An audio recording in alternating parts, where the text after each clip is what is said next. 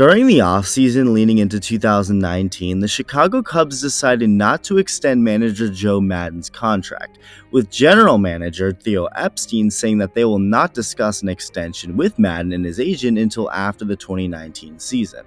The 2019 season came and went and ended even more disappointing than 2018 did, a year that featured the Cubs losing the division to the rival Brewers before going one and done in the wildcard game.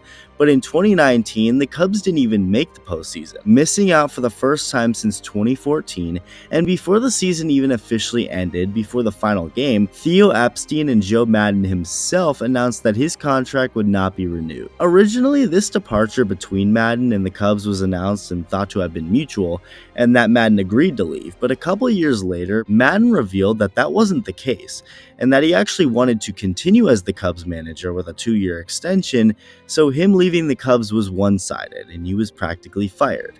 Skip ahead to 2023, and the Cubs now have a similar kind of situation.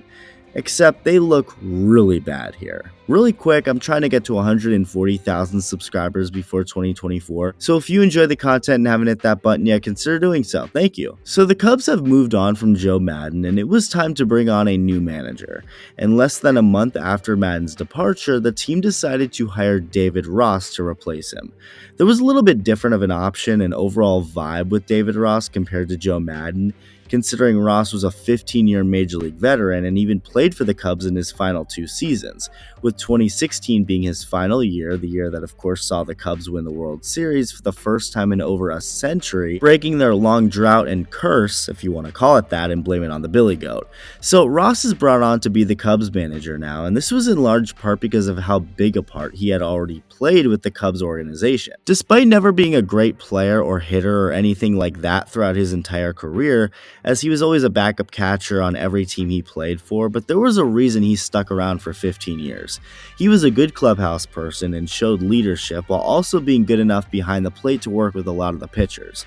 For example, at the back end of his career when he was in Boston and Chicago, Ross became John Lester's personal catcher. John Lester was the Red Sox ace and someone who ended up signing with the Cubs for $155 million.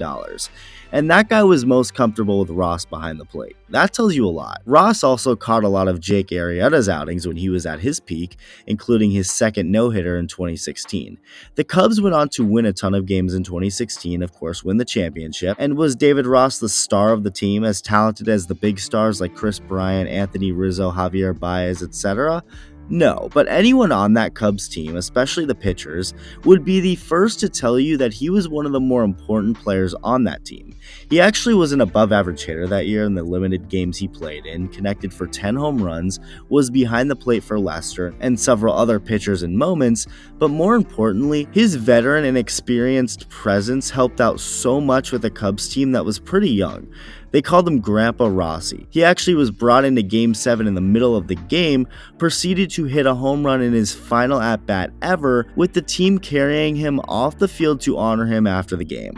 A pretty storybook ending to his career. So after hearing all of that, it should make sense as to why Theo Epstein and the Chicago Cubs picked David Ross to be their new manager. And so he was their manager, and has been their manager since the start of the 2020 season. Unfortunately, most of David Ross's Cubs managerial tenure were some sad times, solidifying the end to an era, specifically in the summer of 2021. Just a year after he became manager, the Cubs felt the need to start over with the roster and trade the stars who had won a championship alongside the player David Ross in 2016, most notably trading away Chris Bryant, Anthony Rizzo, and Javier Baez. So the Cubs sucked in 2021, going on to sign Japanese outfielder Seiya Suzuki and starting pitcher Marcus Stroman. The Cubs sucked again in 2022, signed Dansby Swanson as a pretty big free agent signing to be their shortstop after the season, along with Cody Bellinger on a 1-year prove-it deal, and the Cubs were much better in 2023 on all fronts, the hitting, the pitching, everything. They were in the postseason race all year long until the very end, unfortunately having a September collapse and missing out on a wildcard spot. So despite the season ending in a very negative way, and the Cubs missing the playoffs for the 3rd straight season, all with Ross as the manager, There was no implication at all that he would not remain the manager moving forward. Not only did he still have another year on his contract, but everything that was said, along with all the signs, pointed toward Ross staying as manager. In fact, there were no signs, because it was just a given that Ross wasn't going anywhere.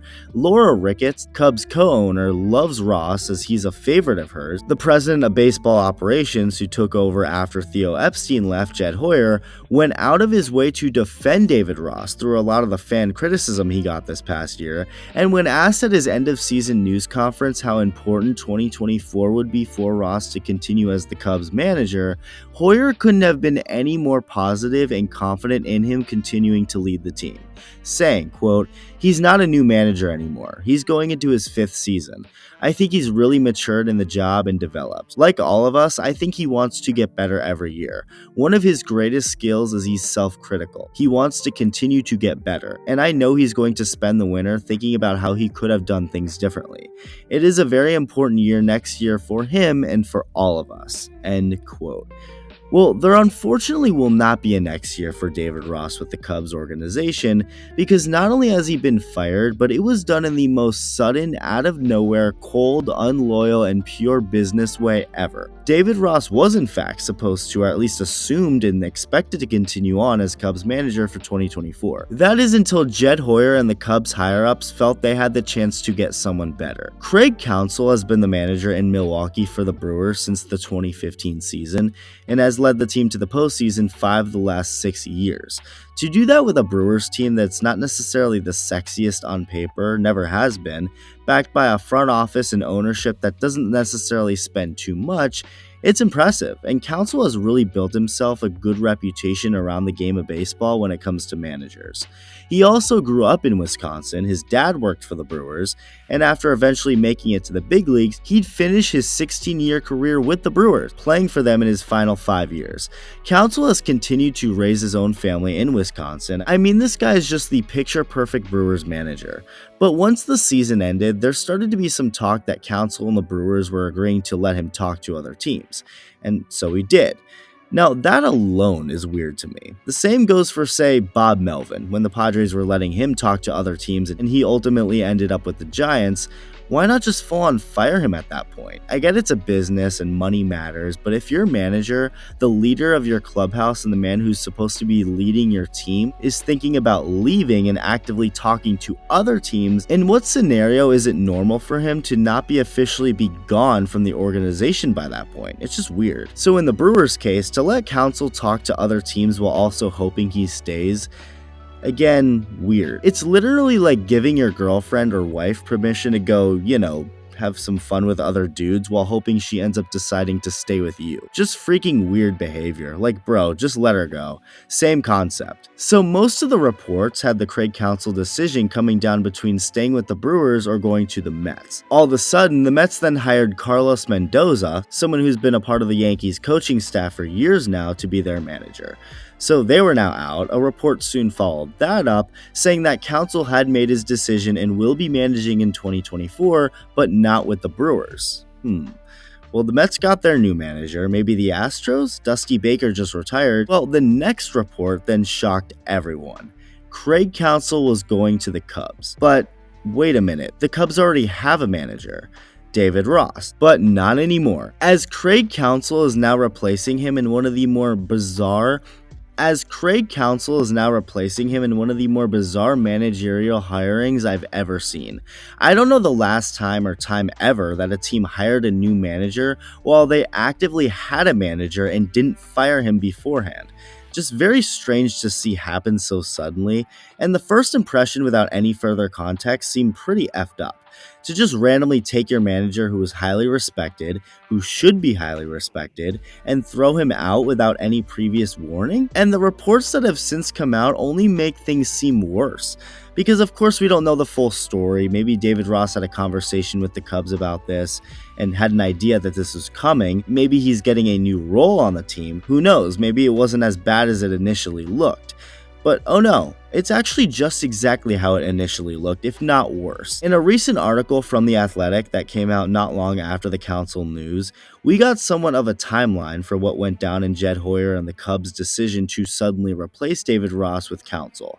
According to the article, Jed Hoyer, the president of baseball operations, never actually considered Counsell much of an option, assuming he would find his team before November 1st when he would officially become a free agent. Pursuing Counsell beforehand was never an option for Hoyer, considering they would have had to directly ask the Brewers themselves for permission to talk to Counsell, which would have killed the secrecy and went public. So when November came around and Counsell was still available, Hoyer decided to dip his toe into the water, talking to Counsell late into the night, being able to do this secretly. By the following Sunday, just a few days later, a deal was on the table and agreed to. That's all it took for Hoyer to decide to move on from Cubs legend David Ross. Apparently, Hoyer actually met in person with Craig Counsell, and not many people in the Cubs organization even knew about it. I mean, this was real top secret stuff, and the deal wasn't even announced until Monday, despite it being agreed upon on Sunday. Because even after the deal was agreed upon, Hoyer still wanted it to be a secret so he could then fly down to David Ross's house in Tallahassee, Florida to tell him the news in person. So at least Ross didn't just randomly find out about the Cubs hiring Counsell with him, still under contract on Twitter or something, or while just watching TV. So at least Hoyer made the respectful thing to fly down and tell him the bad news in person. But according to the Athletic report, the conversation between the two got a little tense at times, as Ross apparently didn't fully understand where Hoyer was coming from. And yeah, I don't blame him one bit. He was completely blindsided by this without any heads up whatsoever. So David Ross, a Cubs legend and highly respected person by the team, players, and fans, someone who is a part of the Cubs' first championship after a 108-year drought, was out of absolutely nowhere unexpectedly not just replaced, but replaced by the Cubs' rival manager. Like, what? And I'm not even saying all this through a lens where I see David Ross as this incredible manager who can do no wrong. I don't completely know how great of a manager he is or was. I never saw him as a great one necessarily. He never stood out to me compared to other managers in the league. Now, he was thrown into a very unfortunate era of Cubs baseball, where they basically went ahead and ended an era and proceeded to field some crappy teams because of it. Ross can't do much with that, so I'm not saying he was a crappy manager, maybe he was good, I don't know. The Cubs have every right in the world to fire Ross and replace him with someone they see as a better fit to help win, especially when that someone is Craig Counsell, a highly respected manager in the industry. But it's not about that. It's about how cold-hearted, unloyal, and dirty they went about replacing him. One of Craig Counsell's biggest goals regarding a new contract, whether it be with the Brewers or another team, was to set a new salary standard for MLB managers, who are looked at as grossly underpaid, and he sure did that with his Cubs deal, signing a 5-year contract worth $40 million, so $8 per year, which makes him the highest paid manager not just in baseball currently, but the highest paid manager of all time. So it's a pretty big deal. At the end of the day, did the Cubs make the right move by bringing in Counsell? Sure, maybe, probably. He's of course more proven and has won a lot as a manager. So yeah, I'd say he's probably the better and more popular option to go with over David Ross. But again, that's not what this is about. This is about simple respect and loyalty, and Ross really seems to have gotten backstabbed here. Like I said, you can decide to replace Ross if you feel someone is a better manager than him. But if you do that, when you do that, you should also be very transparent with him, keep him in the loop, don't keep it all a secret and suddenly tell Ross, a highly respected person within the Cubs organization and fan base, and also someone who is under contract for another year, and assumed by him and the Cubs to continue being manager, to suddenly tell him he's been fired and replaced by the Cubs' biggest rival's manager? Just cold stuff, man. Cold stuff. It's a business at the end of the day. Tough decisions have to be made, tough conversations have to be had. I get it. But there's absolutely a better way Jed Hoyer and the Cubs could have went about this that would have treated David Ross with a little more respect. But it didn't end up that way. He had the rug pulled from underneath him, and it's just a cold-hearted move by Jed Hoyer and the Cubs. Let me know what you think. Thank you for watching, and I'll see you in the next video.